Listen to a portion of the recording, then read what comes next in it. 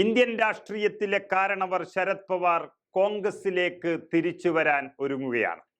അദ്ദേഹം നയിക്കുന്ന nationalist Congress party അഥവാ NCP 2024 ഈ ലോക്സഭാ തെരഞ്ഞെടുപ്പിന് മുൻപ് തന്നെ കോൺഗ്രസ് ലയിച്ചേക്കുമെന്ന അഭ്യൂഹങ്ങൾ ശക്തമാണ്.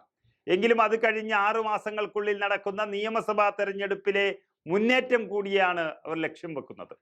പാർട്ടിയിൽ നിന്ന് ഭിന്നിച്ചു പോയ അജിത് പവാർ വിഭാഗത്തെ ഔദ്യോഗിക വിഭാഗമായി NCP ആയി അംഗീകരിച്ച് തെരഞ്ഞെടുപ്പ് കമ്മീഷൻ ഉത്തരവ് പുറപ്പെടുവിച്ചതിന് പിന്നാലെയാണ് ശരത് പവാറും കൂട്ടരും ലയന സാധ്യതകൾ പരിഗണിക്കുന്നത് എന്നാണ് മാധ്യമങ്ങൾ റിപ്പോർട്ട് ചെയ്യുന്നത്.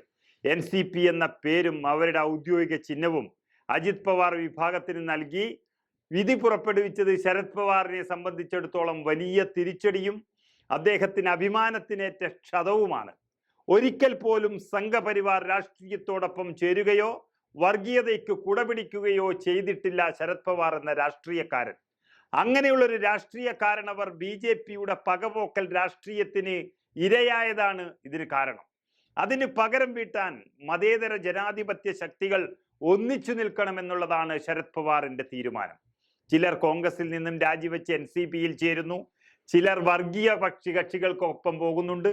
പക്ഷെ ശരത് പവാറും കോൺഗ്രസും ഒന്നിച്ചു നിന്നാൽ ഒരു കുഞ്ഞു പോലും പാർട്ടി വിടില്ല എന്ന കണക്കുകൂട്ടലാണ് കോൺഗ്രസിനെയും ശരത് പവാറിനെയും വീണ്ടും ഒന്നിപ്പിക്കുന്നത്. ലയനം സംബന്ധിച്ച് തിരക്കിട്ട ചർച്ചകൾ ഇരു പാർട്ടികൾക്കുമിടയിൽ നടക്കുന്നതായും റിപ്പോർട്ടുകൾ ചൂണ്ടിക്കാട്ടുന്നു. ശരത് പവാർ തന്റെ പാർട്ടിയെ കോൺഗ്രസിൽ ലയിപ്പിക്കുന്നത് സംബന്ധിച്ച് കോൺഗ്രസ് ഹൈക്കമാൻഡിന് അനുകൂല അഭിപ്രായമാണെന്നും റിപ്പോർട്ടുകൾ വ്യക്തമാക്കുന്നു. മഹാരാഷ്ട്രയുടെ ചുമതലയുള്ള AICC സെക്രട്ടറി രമേശ് ചെന്നിത്തല ഉൾപ്പെടെയുള്ള പ്രമുഖ കോൺഗ്രസ് നേതാക്കളുമായി ശരത് പവാർ നടത്തിയ കൂടിക്കാഴ്ചയും ഇതിന്റെ തുടക്കമെന്നാണ് വിലയിരുത്തുന്നത്. NCPയുടെ യോഗത്തിൽ അത്തരമൊരു ചർച്ചയും നടന്നിട്ടില്ല എന്നും പവാറിന്റെ തീരുമാനം പുറത്തു വരുന്നതിന് മുൻപ് ഊഹാപോഹങ്ങൾ പറയരുത് എന്നും അദ്ദേഹത്തിന്റെ മകൾ സുപ്രിയ സുലെ അടക്കമുള്ള നേതാക്കൾ പറയുന്നുണ്ടെങ്കിലും ശരത് പവാർ കുറച്ചു ദിവസമായി വലിയ ദുഃഖിതനാണ്. താൻ ഉണ്ടാക്കിയ ഒരു പ്രസ്ഥാനത്തെ തന്നെ വഞ്ചിച്ചു പോയവർക്ക് കൊടുത്ത തെരഞ്ഞെടുപ്പ് കമ്മീഷന്റെ തീരുമാനം BJPയുടെ പകപോക്കലിന് എന്ന് ഉറപ്പിച്ച ശരത് പവാർ BJPയോട് അതിന് പകരം വീട്ടാൻ എടുക്കാൻ പോകുന്ന തീരുമാനമാണ് കോൺഗ്രസ് പ്രവേശനം എന്നുള്ളത്. താനും കൂടി ചേർന്നുണ്ടാക്കിയ കോൺഗ്രസ് പാർട്ടിക്ക് താൻ മൂലമുണ്ടായ നഷ്ടങ്ങൾക്ക് പ്രായശ്ചിത്തം കൂടിയാണ് ഈ ജീവിത സായാഹ്നത്തിലെ കോൺഗ്രസ് പ്രവേശനം എന്ന് അദ്ദേഹം കരുതുന്നു.